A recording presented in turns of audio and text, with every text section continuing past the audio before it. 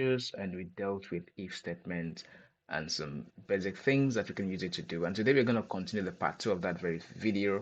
And we're going to look at the loops, and after the loops, we're going to look at some projects we're going to write using this if statement, the loops, and some things we've actually done in the past. All right, and let's just get started. Okay. So in my last module, this is what we looked at. We looked at the if statement, elif, nested if, clause, logical operators, and ternary conditional statements. Today, we're going to look at the Python loops, which is basically the for loop and the while loop. Okay, so let's look forward to where we have that slide. It's right here. Okay, so what are loops? Loops is simply, or it is in simple terms, it's used to iterate over a given sequence. And what is sequence? Let's take for instance, you want to print something like 1, 2, 3, 4, 5. That's a sequence of ones, right? So you don't need to like print 1, print 2, print 3, and all that. You just need to use a single line of statement that can do all those stuff for you. Okay, so let's see how to go about that. I'm going to start this program in a different place today. I'm going to use git bash, and let me just extend this a little bit so you can see clearly. All right. Okay, let me increase the. Okay, fine. Control plus sign, do that. Okay, so first let me cd into desktop where I have my file, and cd into Python program batch A, and then Python codes, because that's where I have my codes written inside. We have list here.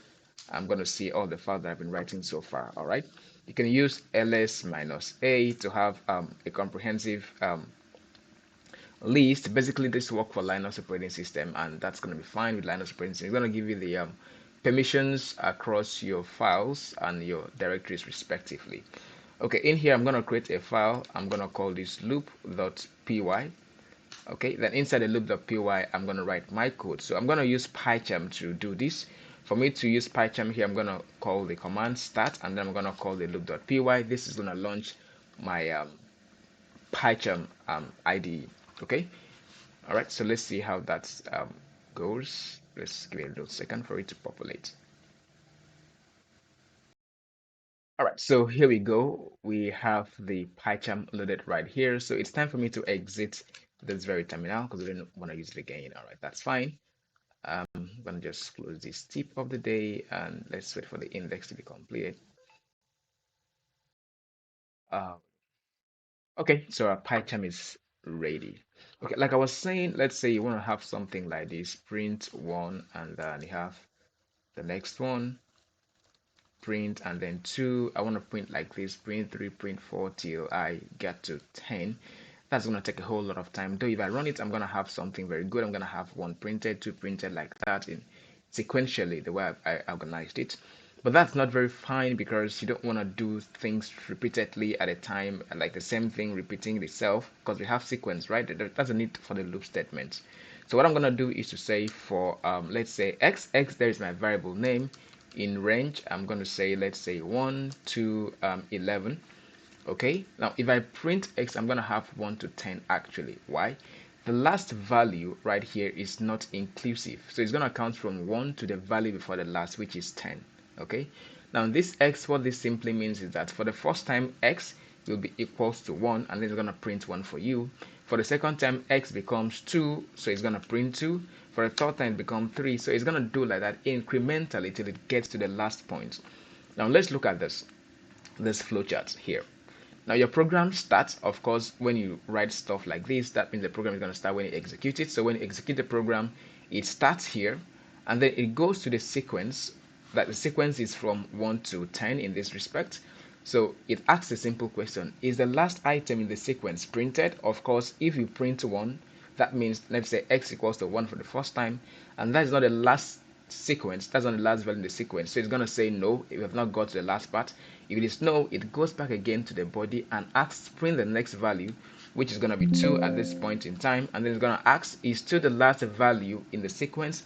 Of course the answer is no. It's going to go back again, ask the same question, continue asking the same question until it gets to the last value, which is actually 10. So once x becomes 10, it asks the same question again: is the last item in the sequence printed? At this point, it's actually what? Yes. So if it is yes, stop the program, or probably go to the next thing on the program you want to do, probably the next thing in execution. So let's see how that plays out. I'm going to say print, and then I'm going to call the value of x. Now at this point, if I'm running this code here, it's going to have 1 2 3 4 5 6 7 8 9 10. So once it gets to 10, it either terminate the program if you have nothing else to do. But if you have something else, let's say like this, print I can pass something like completed, and then after the 10 is going to print completed because it's gotten to the last part of the sequence, and then it moves out of the loop and then go out here to print the next value here called completed. Okay, so that's a basic way of using the for loop. Let's look further and see how to maybe do some juggle things right here. Now, the first value in your range statement is actually the start value, and then the next value is the stop value minus 1 because it's not inclusive the last value. So this is 1 to 10. Now the next thing you can add here is called the step. Let's say 3 here. If I add 3 here right here, it simply means that it's going to print in the difference of 3. So the first time x is going to print 1, then add 1 to 4, it's going to be, 1 to 3, it's going to be 4, so it's going to print 4 at the next value. Now add 3 to 4 again, it's going to print 7, that's going to be 1, 4, and 7. Then the next thing is, I think it's 9 or 10, let's look at that. So if I print this, I'm going to have 1, 4, 7, and 10, because at every sequence, it's adding 3 to it. At every sequence, it's adding 3 to it. Okay, so we have the start here, we have the last value or the stop value, and then we have the steps, or in mathematics we call it difference. Okay, so that's the basic thing you can actually do with for loop. Now the next thing here is, what if I want to print in a reverse case? I want to print from 10 down to 1, like 10 9 8 7 4, stuff like that.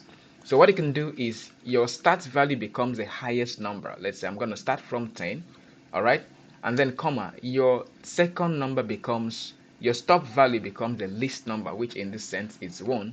But remember that your last value is not inclusive, so the same thing applies here. Hence you're going to call 0, because 0, you don't want to print 0, you want to start from 1. So it's going to mean that you're going to print 10 to 1. The 0 is not going to be inclusive, right? Now if I run this code, it's not going to print anything for me. Do you know why? Because you're actually starting from the highest number and then going to the lowest number, and there is no step for it to follow. You have to strictly tell the compiler that I want to deduce the value, all right, from 10 deduce 1, then deduce 1, reduce 1, like that, to get to 0, which is basically going to stop by 1. So what you got to do is to put minus 1, meaning the first time is 10. After 10, add minus 1 to that, you're going to have 9. Add minus 1, you're going to have 8. Like that, you drastically reduce the value till we have the last value, which is 1 as expected. So if I run this code now, you're going to see I'm having 10 9 8, like that, deducing till the last value. The same thing applies. The steps can change. You can have minus 3, so it's going to be like 10 and then 7, and then just like the other way around, but reverse. So you have 10 7 4 and 1. That's the basic thing you can do with using the range statement or the range functions, and then what you can actually pass inside a range. Okay, I think that's I'll explain that. Then it's not just number we can actually use this for loop to do. We can use the for loop to do so many other things, like you want to find out how many number of characters exist in a particular statement. Let's say I have something like name is equal to let me say EnGentech, and then I want to find out, I want to print EnGentech in lines. You know, if I say print name, what it's going to do is to print EnGentech directly for me on the screen. Right now I want to print it in the y-axis, I don't want to print in the x-axis. So what I'm going to do is to do the same thing by using the for loop. So I can simply say for, let's say, x in name. Now look at the way I'm putting mine. I'm not using range again. If you use range and then pass name here, you're going to have an error. Why? Let's try that. Now you can see that name is underlined because the range actually takes an integer data type. So what I'm trying to pass right here is a string data type, which is not going to be accepted. But if I change this to let's say 10 here, it's going to be fine because this is now what? An integer data type. So take note of that. Okay, so what if I use 10? For instance, I have 10 here. Let me just talk about this before I go back to what I was doing. Now, do you think it's going to be printed? Sure, it's going to be printed. It's going to start from 0. So if I print x like this and run the program, it's going to start from 0 1 2 3. If you don't specify the start value, remember that the last time what we did was 1 and then we had 10 or 11 here, right? So you had the start value and have the stop value. But if you don't have the start value, let's say you have something like 11 here, now it's going to start from 0 and then print through to 10. Okay, take note of that. So that's why when I had 10 here and I run name, it's printing 0 to 9. Remember that the last value is not inclusive. Alright, so let's get back to what we were doing before now, the name. Okay, we have EnGentech here. What I gotta do is to say print the same thing x.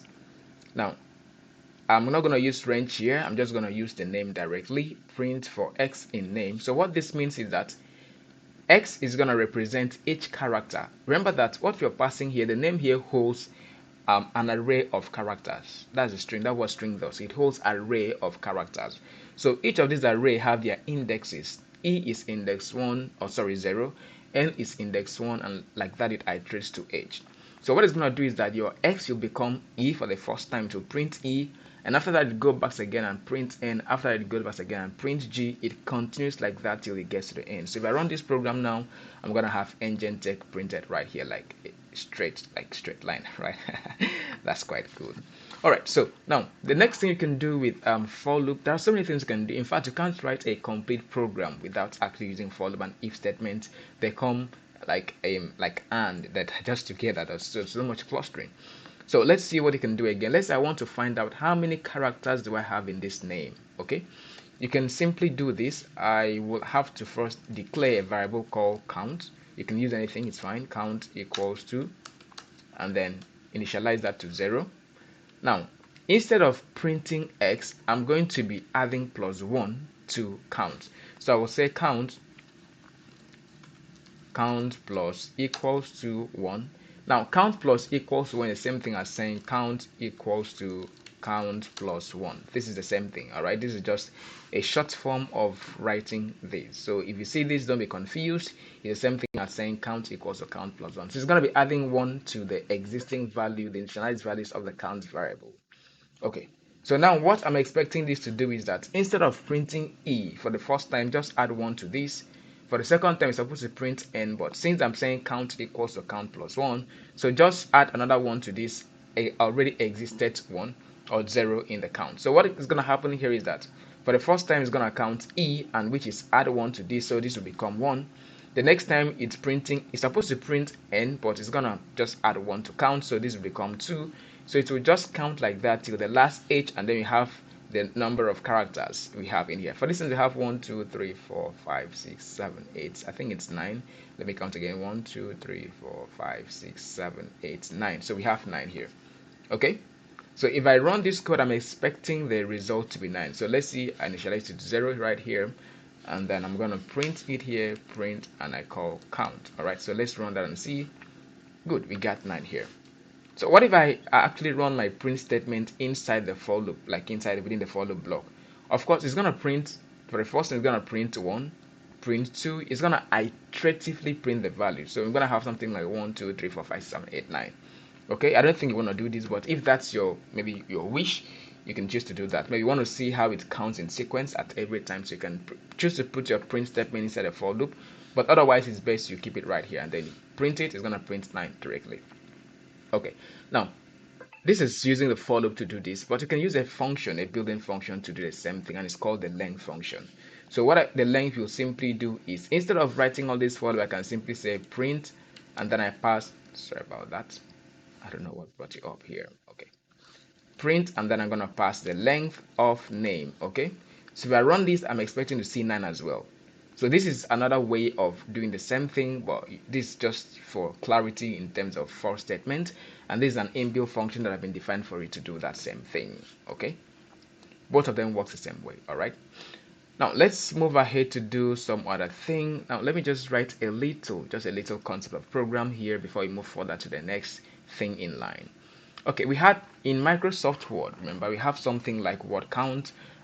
It's used to count words that you have in, let's say you're writing exams like all these secondary school exams. They said you should write a letter, and your letter should not be less than 200 words. So how would they know that your letter is actually 200 words? There's a way they define it to be able to count those words for them. All right, it's done digitally. So let's see how to implement that. Let's say this is a code to check if you have up to 200 words. Let's just use that. So we have 1, 2, 3, 4, 5, 6, 7, 8, 9, 10, 11, 12, 13 words. Now let's see how to print 13 words on the screen. So what I'm going to do first is I have to ensure that I break this this what do you call it, this letter or these words into different words.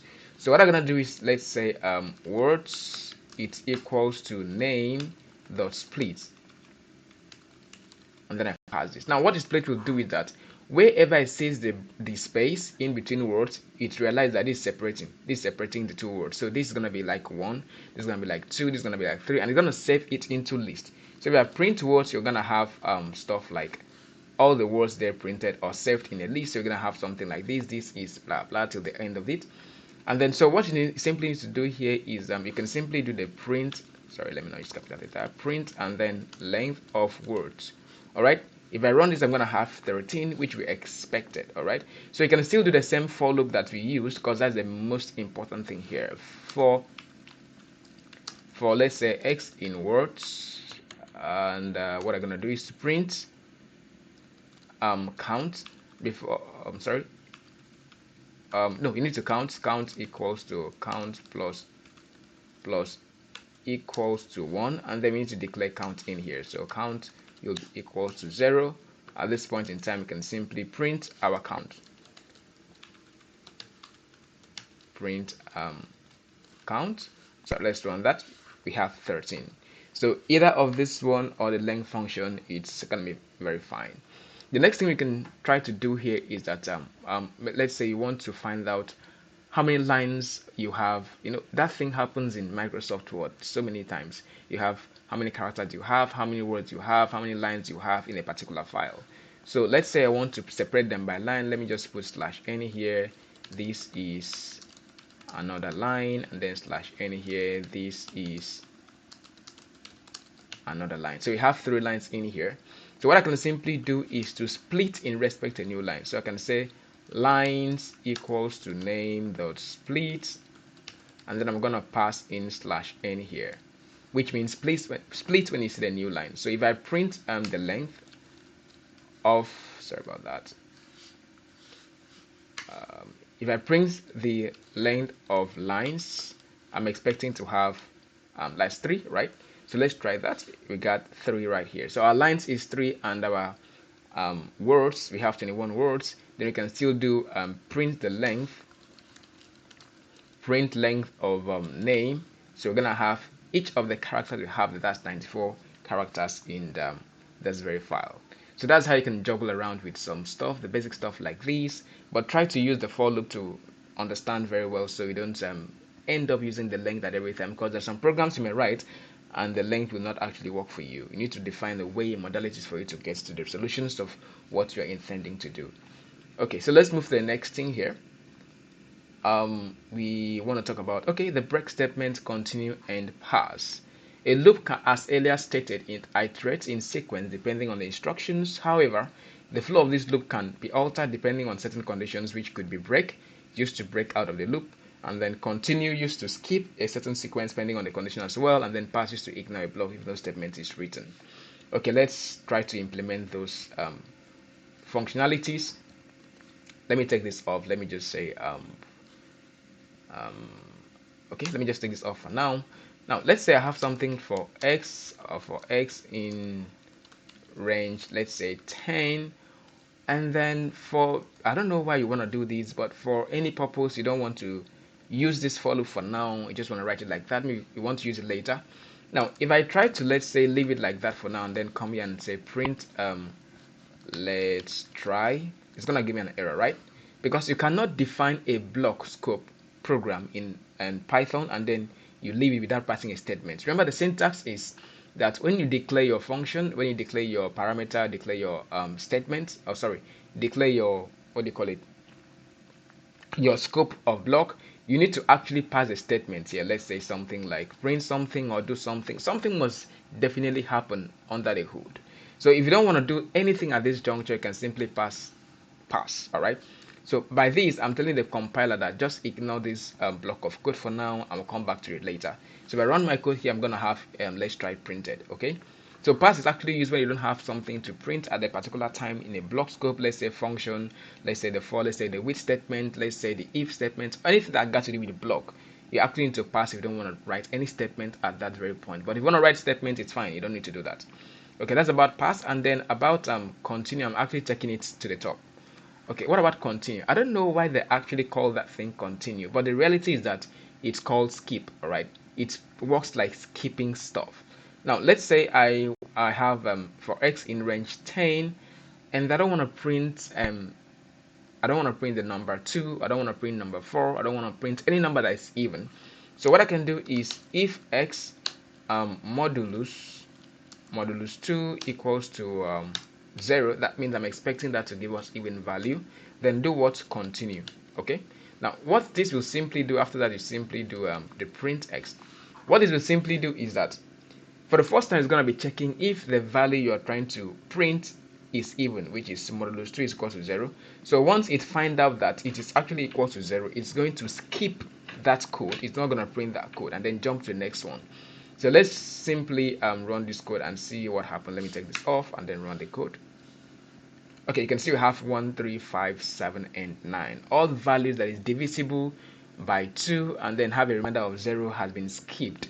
I think the best thing they would have done is to write skip here. I don't know why they're saying continue, but if you have any reason why this is continue, the comment section is open for you to explain to me. I really want to know why. Okay, but that's the basic need. That's what we use the skip for, and the continue for rather.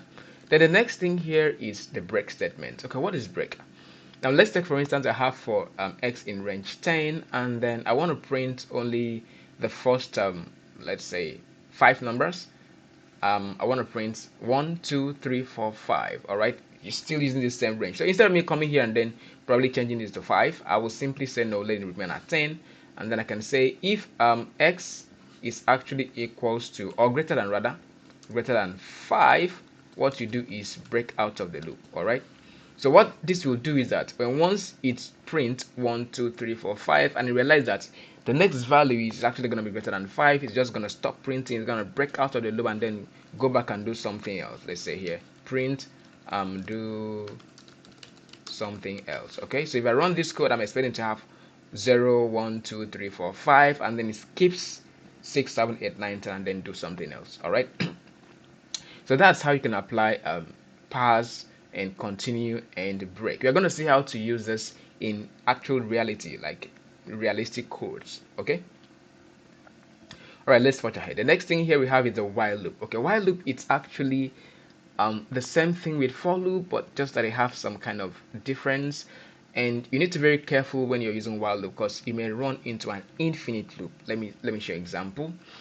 Now let's say that I have a value like this, x equals to 0, and so I say while while x, let's say x equals to 0, and then I'm gonna say print something like print x. Now if I run this code, I'm gonna have an infinite loop of zeros because I'm actually telling the compiler that I want to print x if x is equal to 0, meaning compare if 0 is equal to 0. Of course, it's going to be true. So if I run this code, I'm going to have an infinite 0 printed like this. It's not going to stop anywhere. It's just going to stop. It's just going to keep printing 0, 0, 0, 0, 0, infinity. Okay, let's just stop this right here. Now, how can you now use the while statement here without running into infinite loop? There are times that you actually need to run into infinite loop, that's fine. But there are times you don't want to run into infinite loop. For instance, you want to print from 0 to 10 right here.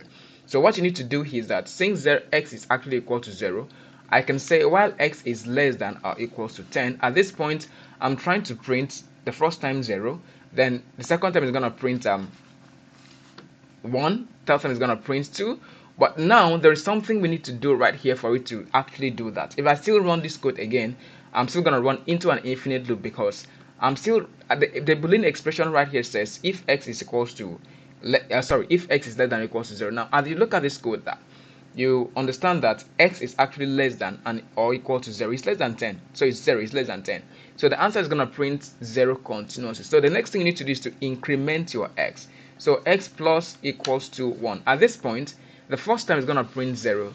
After printing 0, x is going to become 1. You're just going to change here to 1. Then it's going to check, is x actually less than or equal to 10? Yes, it's still less than. So it's going to increment again to 2. It continues the same thing till when it gets to 10. Is x less than or equals to 10? Yes, it's going to print 10. But the next time plus 1 is going to be 11. Now, is x less than or equals to 11? Of course, yes. So when once the value is met, it stops printing, all right? Okay, so let's see to that. Let's go back to 0 and run this code. We expect to have 0 to 10, right? 0, 1, 2, 3, 4, 5, 6, 7, 8, 9, 10. Now, you also notice that the logical expression here matters a lot when it comes to while statement. Okay, now if I say something like if x is less than 10, it's going to stop at 9, just like the for loop range statement. It's going to stop at 9. But if you use the equal to sign, the 10 is inclusive. So this is best if you have maybe issues with that last value that is not inclusive in your for loop. You can choose to use this other way to run the same code. So how can we do this same thing in reverse? You want to print from 10 down to 1. The same way you applied in your for loop, you need to start from the highest value, which is 10. The x declaration here is just like the start value in terms of the for loop. So which is 10. Now I'm gonna use increment here. I'm gonna use greater than here, it's equals to 0, because I want to actually bring it down to 0. And here I'm gonna change this to minus. Alright, so the same thing we did in the for loop is the same thing that's applied here. If I run this, I'm gonna have 10, 9, 8 till we have 0. Now, what if I use less than sign? What do you think is going to happen? It's not going to print anything on the screen, because at this point, of course, the expression here is wrong.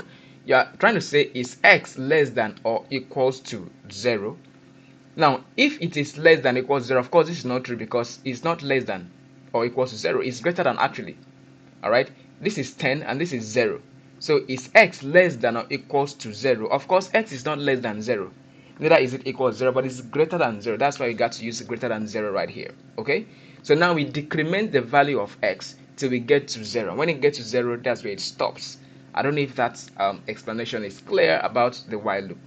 Now, since while loop can run into infinite loop, right? So why do you really need the infinite loop? Why can't we just use stop at for loop and then that ends it?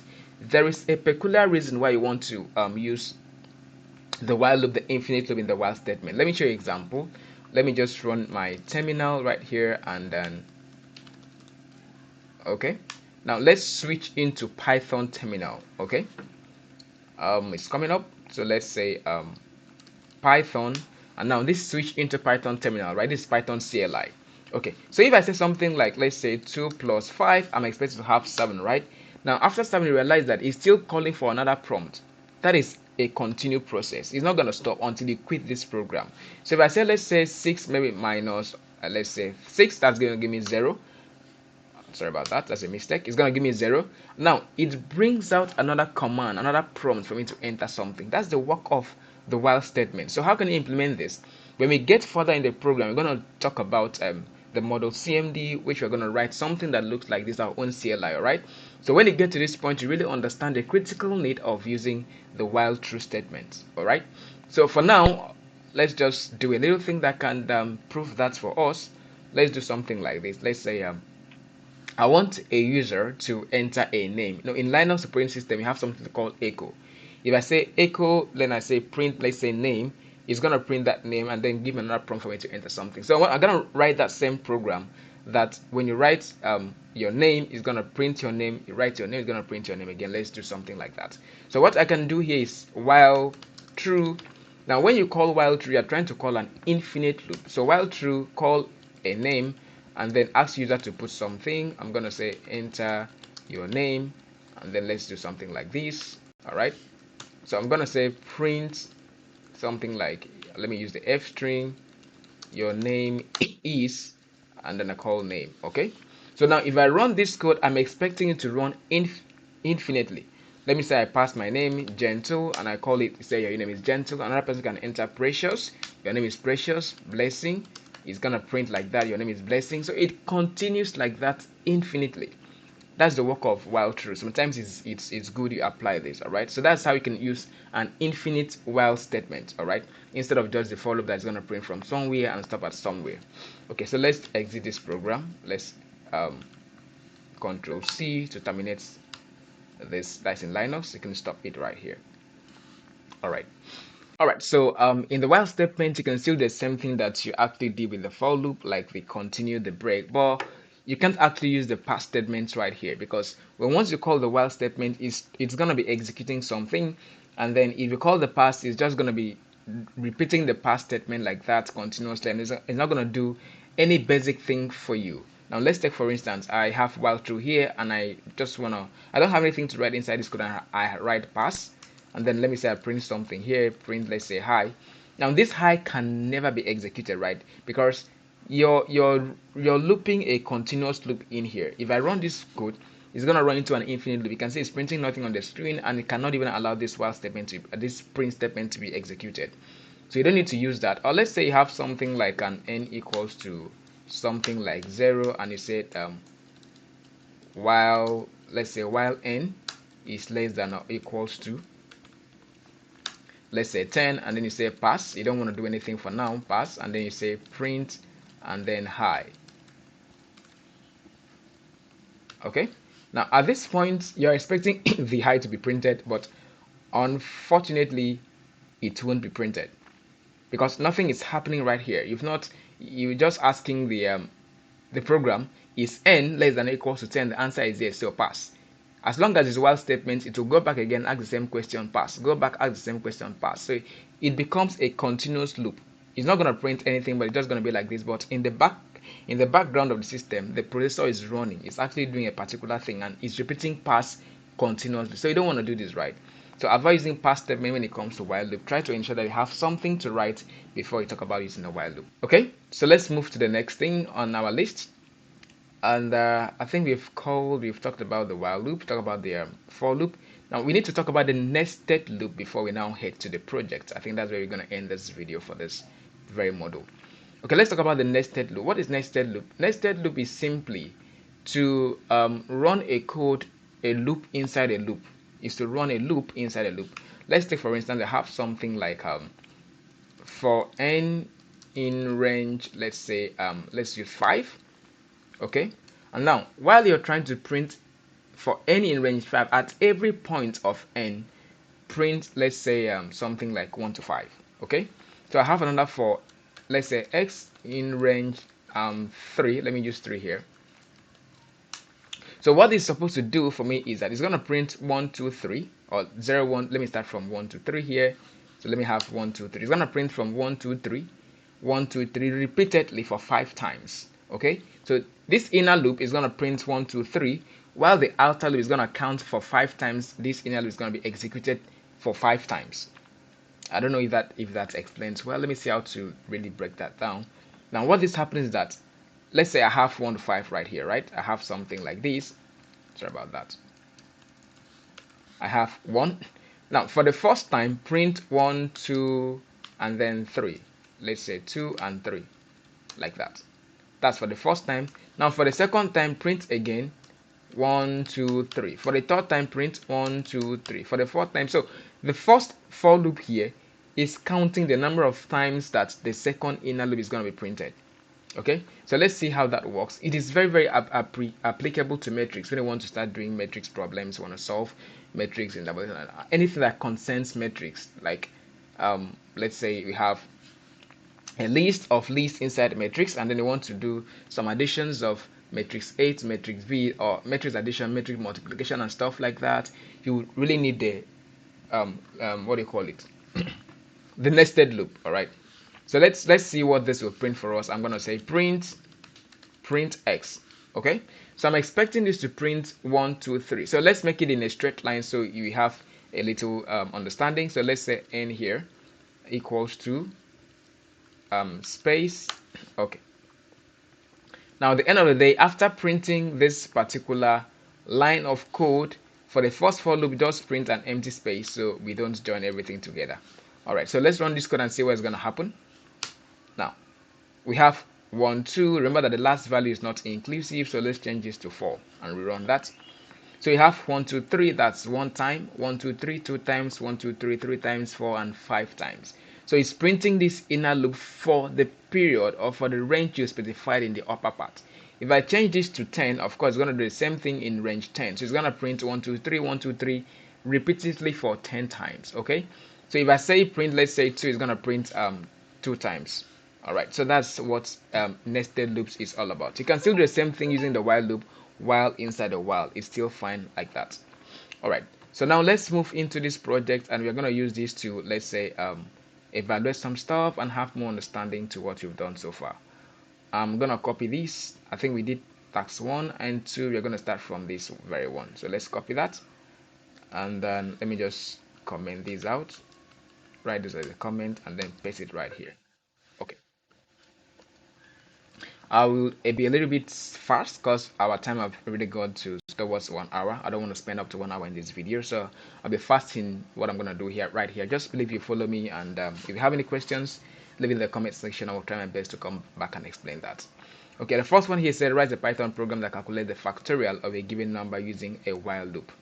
All right, so factorial is simply, let's say 1 plus 1 plus 2, or let's say you have factorial of 5, it's going to be 5 plus 4 plus 3 plus 2 plus 1.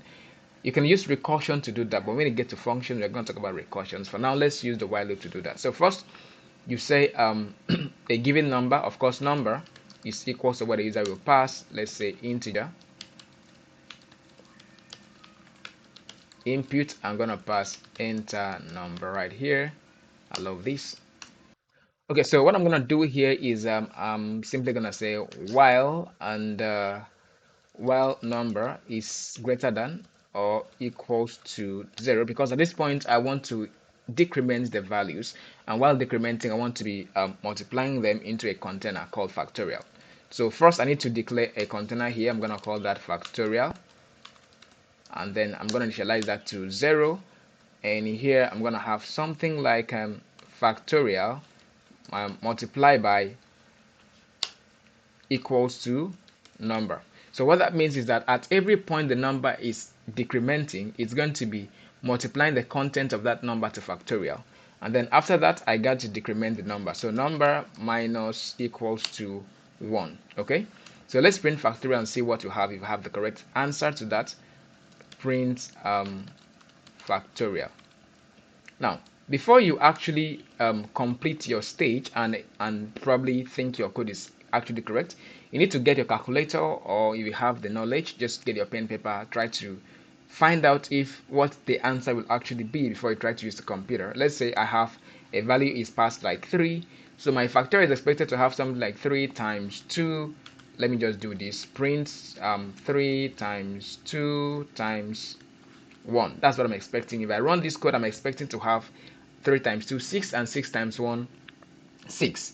So 3 times 3 factorial is supposed to give me 6. Now what if I have something like 4 here? It's going to be 4 times 3 times 2, 4 times 3 is 8, 8 times, 4, 1, 4, 28, 4, 3, 12 is going to be 12, 12 times 2 is 24, 24 times 1 is 24. So I'm expecting the 4 factorial to give me 24. Now if you run code, if you enter 4 and you're not having 24, that means your code is wrong. You need to debug. Alright, so let's run this code right here, and I have 4. Okay, hit enter. I got 0 here and I got 24 here. That means something is wrong with our factorial. Let's look at it again. We have factorial equals to 0. Well, okay, now that's fine. We initialized our factorial to be equal to 0. Now remember that anything multiplied by 0 is actually going to be 0. So anytime the number is decrementing and then you multiply that number to factorial, it's going to give you 0 consistently. So what we need to do is to change this to 1. And the second thing I've observed here is that while number is greater than or equal to 0, so it's going to, number is actually going to become 0 somewhere. So let's say you have number is equals to 4. It's going to be 4 times 3 times 2 times 1 and times 0. So that's still going to give us 0 as a result. So instead of this, we're going to stop at greater than. We're not going to reach equals to. So once the number is greater than 0, that's 1, stop there and do what? Give us the answer. So let's try this again and see what you have. Let's pass for again. We are supposed to have 24, 24. That's fine now. So let's say we have 5 here. Print it's going to be 5 times, sorry about that. It's going to be 5 times 4 times 3 times 1. So if I enter 5, I'm supposed to have the two answers to be the same. All right. So let's run that and then put 5 in here, enter. So we got 120, 120. So we are actually correct in our code. If there is something you need to pass into that, you can still call upon, and let's talk about that in the comment section. All right. That's about the factorial. Next one here is write a program that prints the multiplication timetable of a user numeric input. So I'm still going to use this number here to write the second code. Let me take this off. Okay. So what we're expected to do here is that a user is going to pass a number, let's say a number here, and they want to print a multiplication timetable in that respect. Let's say enter 3, so it's going to be something like 3 times 1 will be equals to, let's say, the value 3. The next line is going to print 3 times 2. Sorry about that. 2 is going to be equal 6. So it's going to do like that repeatedly till we have 3 times 12, which is actually the basics of your multiplication timetable in your exercise book. So let's see how to implement this. All right. So what you're going to do is to say for, let's say, x, you can use anything that's a variable name in range, since we are stopping at 12. And remember, you're going to start from 1 to 12. So you're going to say 1, 13, start from 1 and end at 12. Okay, what you need to do is simply just print, and then I'm going to use the f string here. The first thing I'm going to pass is the number the user enters, because that one is going to be static, it's going to be constant. So I'm going to say something like number, then I'm going to pass multiply by this time is going to be looping through. The value I'm going to pass is supposed to be looping 1, 2, 3, and what is responsible for that is this x, right? So I'm going to pass x right here, and then after that I have equals to, and then the value of the number multiplied by the x. So I'm going to say number multiplied by x. I'm expecting that to give me the multiplication timetable or whatever user passes inside here. So let's just run that and see what happens. Now I have a number. Let's say I passed, let's say 3, and then hit enter. You can see we have 3 times 1, 3, 3 times 2, 6, 3 times 3, 9, like that, we get to 12. So no matter what number you pass in here, if you like pass something like 5, it's going to give you the multiplication timetable of 5 from 1 to 12. So that's quite an easy code right there. Just 2 lines or 3 lines, we've completed that. We can still use list comprehension or oh, we're not dealing with this right now. When you get to that point, we'll talk about that, okay? All right, the next one is write a Python code that prints all even number between 1 and 50. I think that is quite very easy. So what you need to do is simple. For x in range, range 1 to 50, and then right here, I'm going to say if x modulus 2 is equal to 0. Of course, that I know is going to print 2, 4, 6, 8 like that. That's even number. So I'm going to say print x. Okay. Now let's put it on a straight line so it can make more sense. What you simply do is comma here, and then pass the end, and equal to sign here. I'm going to pass a space here so you can have a space between each values. So if I run this, I'm expecting to have 2, 4, 6, 8 till 48. Now they said 1 to 50, so that means 50 is inclusive. All you need to do is to change here to 51 and then run the code again. You have 1 to 2 to 50. That's even numbers. That's fine. The next one here say implement a Python code to print prime numbers depending on user input from 1 to anything a user enters. All right.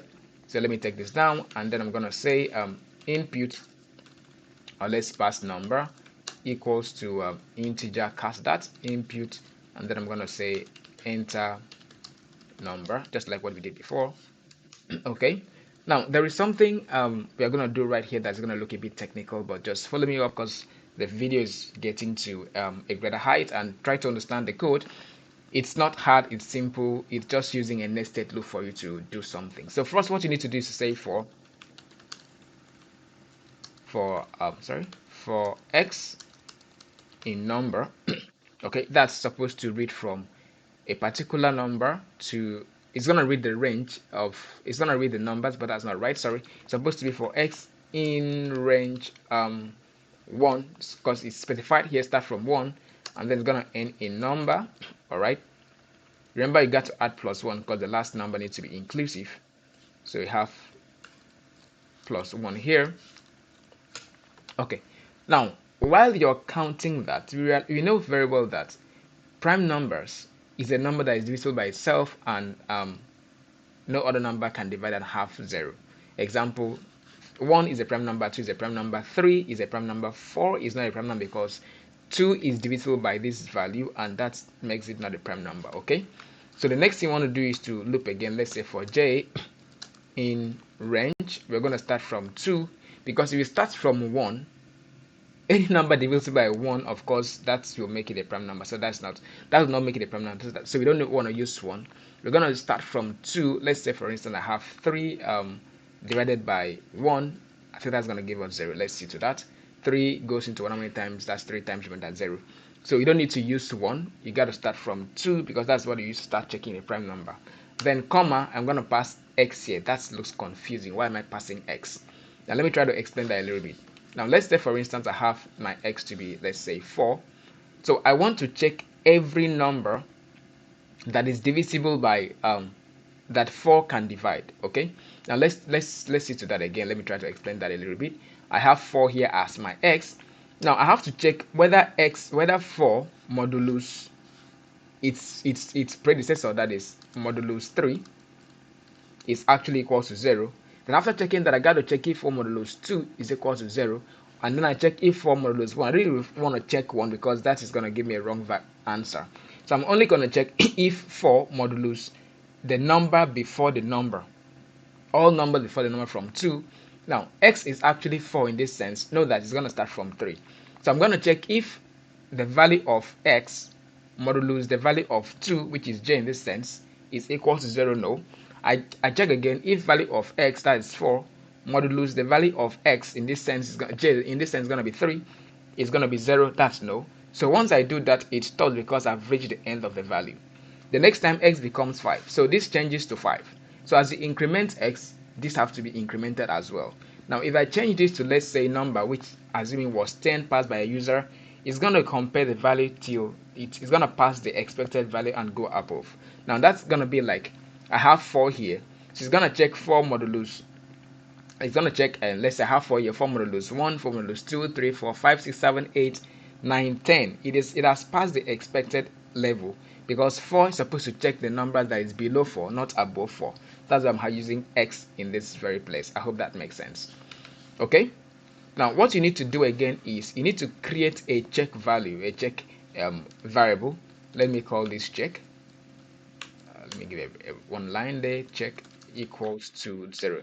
Now what I want to do is that when you're printing or when you're checking this value, if you meet any value that is up to or that is 0, that is divisible by a particular number, change this check to 1, otherwise remain 0. So after you complete your checking and I realize that there is no change, this check remains 0. That means that what I'm trying to write is a prime number, otherwise it's not a prime number. So let's see how to implement that. Have for j in range 2 and x, we forgot our colon here. So if at any time x modulus what do you call it, j is equals to 0, what you simply do is to call check to be equals to 1. Okay, that's fine. And then I'll come here and say if check it's equals to 0, what you simply do is to print that very number, print x. Now that means that if I'm checking the value of the number and the number is not actually a prime number, it's gonna change this check to 1. All right, and if at all is a prime number, it's gonna change this to 0. So how do you do that? Now remember that if at a point in time, let's say I call 4 here, and after calling 4 and this value changes to 1, it's gonna remain 1. So this man is not gonna be printed at all. And one more thing is, after you check the value, you need to break. Well, let's take it one after the other so you understand. Now let's run this code and then pass something like let's say 5 here and enter this. We have 1, 2, 3. Of course 5 is supposed to be a prime number, right? So let's rerun that code and pass something like 10 and something bigger than that. Okay, let me pass 10 in here, enter. I still have 1, 2, 3. Now there's something wrong somewhere. Let me try to explain that. Why? Now we run this code and we use check equals to 1. So at this point this check has become 1 and there is nothing that can make this check to become 0. So what you need to do here is that each time you're coming for another loop in the outer loop, change back your check to become 0.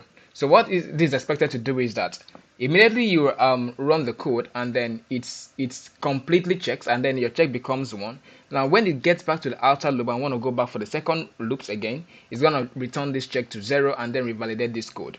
Now if you run this code, it's going to work fine. Now if I run this and let's say I pass 10 here, I'm expecting to have 1, 2, 3, 5, and 7. I think those are the prime numbers we have right there. So if I rule this, I'm going to have 1, 2, 3, 5, and 7. That's correct. But there is something still important that you need to do, and probably to avoid errors if need comes to that. Now what you need to do here is that leaving this code like this is fine, but let me just try to analyze something here. Now for the first time, let's say your x becomes 10. Let me put it that way, it becomes 10. Now the code is going to check like this. Is x modulus j equals to that's 10 modulus j, which is 2 at this sense equals to 0, The answer is yes, but it's not going to stop there. Still go back again. Is x modulus 3 equals to 0? No. It checks again. It's x modulus 4 equals to... Now, there is no need for that. When once you validate the first trial and realize that your code has met with 0, all right, let's say 10 modulus 2 as equals to 0 is equals to 0. Yes, when once it meets that criteria, when once it changes check to 1, just break out of the loop. All right, there's no point checking again. There's no point, because you're going to repeat that same thing. Let's say you have a value like 1000 and the value wants to check from 243 till 999. That's going to be a very huge calculation behind the scene. Even the computer is able to calculate a lot of things in 1 second, but you don't want to compress your processor to do all those stuff. So you just got to break out the loop and then move to the next stage. So let's see if this actually works. I run this code and pass 10 here. I'm having the same value 1 2 3 5 7. If I run it again and pass, let's say 20, I'm expecting to have 1 2 3 5 11 13 17 19, and that's fine. That's the way, or the basic thing, or the way you can write your code to actually implement what they call it, a prime number calculation. Now, there are other ways you can implement it. I'm not saying it's the best way. You can choose to write it your own way. I'm writing it my own way. So there are different approaches to solving a particular problem. But the point is, let that issue be solved and try to use the basic and efficient code as possible to run your code. But for now, you can use anything at all just to make your code work. Is that right? The next one here is write a Python logic to implement a basic password authentication. That's just a simple strategy. I'm going to run that as quickly as possible because we are out of time. First, I'm going to say name. I'm going to call for a name, or let me just create a storage kind of. Let's say name equals to EnGentech, and then my password equals to, let's say, admin 12345. Now I want you to enter a value. Let's say input, or let's say user equals to input, and I'm gonna say enter username, and then pass equals to, you can use this because that's a keyword. Pass equals to input. I'm gonna say enter user password. Okay, now what I want to do is that if a user enters a wrong password, the program should be able to tell you that your name is actually correct but your password is wrong. Same thing vice versa. And if you have the wrong input for the two things, it's going to tell you invalid credentials. But if you're actually correct, it's going to tell you what correct credentials. So let's start with the name part of it. So I'm going to use if name or if user equals to name. That's the first thing. Then otherwise, if that is correct, check for the next thing. So if pass equals to password, remember we did something like this. I'm just trying to rebuild this again. So what you simply do, the two things are correct, is print, let's use login successful. All right, now else, the else belongs to this inner statement. That means your name is correct and your password is wrong. So else, if this happened, what you simply do is print username is correct but your password is wrong. All right, then this outer else, this outer if statement, you can use the same thing, else. Okay, you can simply print this to be username is incorrect. Okay, all right, but your password is correct. Okay, is that correct? Definitely no, but let's see what this will do for us. Let's run this program and then enter a name. I'm going to pass in something good. Let me pass in the correct name, EnGentech, and then enter a password. Oh, that's not correct. Let's rerun that again. Sorry about that. EnGentech. Now enter your password. Let me put something correct, admin, then 12345. I got login successful. Let's try that again. So I enter EnGentech, and then I enter anything right here, blah blah, and I run here. Is have your name is correct, but the password is actually wrong. So that's what we expected. Let's say we enter something correct, wrong for the username. Let's see what that will do for us. So I enter blah blah for username and enter something correct for the password, admin, then 1 2 3 4 5, and I run enter. It says username is incorrect, but your password is actually correct. So what if I have the two things actually not correct? Let's say I have something like blah blah and I have blah blah right here. It's telling me your username is incorrect, but your password is still correct. Now that's the problem here. So what you need to do here is, before you actually check for this, you need to check the two things if they're actually correct. So we can now use a logical operator we learned about in the previous video. So what I can do is to say if name user equals to name, and then all right, and then what do you call this other one, pass equals to password. All right. Now if it happens like that, what you simply got to do is print login successful. You can cut this. Let's do it this way. Let's not go about to this cutting that. So what you can do is if is not equals to this, and then if this is not equals to this, all right. So after that, you can just print let's say invalid credentials. Okay. But elif, now this is going to change to elif. Otherwise, if you don't change it to elif, then that means this code is going to be executed at all times. Elif, you do this, and elif, otherwise you do that. So let's run this again and see what happens. For the last time, blah blah right here, blah blah right here. You can see invalid credentials here, and I run it again. Let's pass something correct. EnGentech, and then I pass. It's going to be wrong because I put a space right there. Just observe this. Admin 1 2 3 4 5. You can see I have invalid credentials because I have a space right here when I created this name, and that's not correct. So let's try that again. EnGentech, ensure there is no space, otherwise we're going to run into an error. And then you have here admin 1 2 3. I think it's 4 5. That's what you have. Is that correct? Let's look at the password again to confirm that's correct. Enter. Login successful. So let's try it one more time. EnGentech, that's correct. Username, and then a pass blah blah password here. Got your username is incorrect, but your password is actually wrong. So let's do the last part of it. Blah blah, and then a good password, admin 1 2 3 4 5. Enter. Your name is incorrect. Your name is incorrect, but your password is correct. So I think that's validates what you wanted to do. I think we've come to the end of this very module. Thank you for having me right here, and sure you subscribe to my channel and make sure you give this video a widest publicity. I'll get back to you in my next module. We're going to talk about functions, and I hope you're going to be excited because I'm going to take my time to break down functions, lambda functions. I'm going to look at some advanced concepts in functions, see how to pass parameters, keyword parameters in a function, look at the args and the kwargs in functions as well. So until then, do have a lovely time out. I love you all. Bye bye. Bye guys.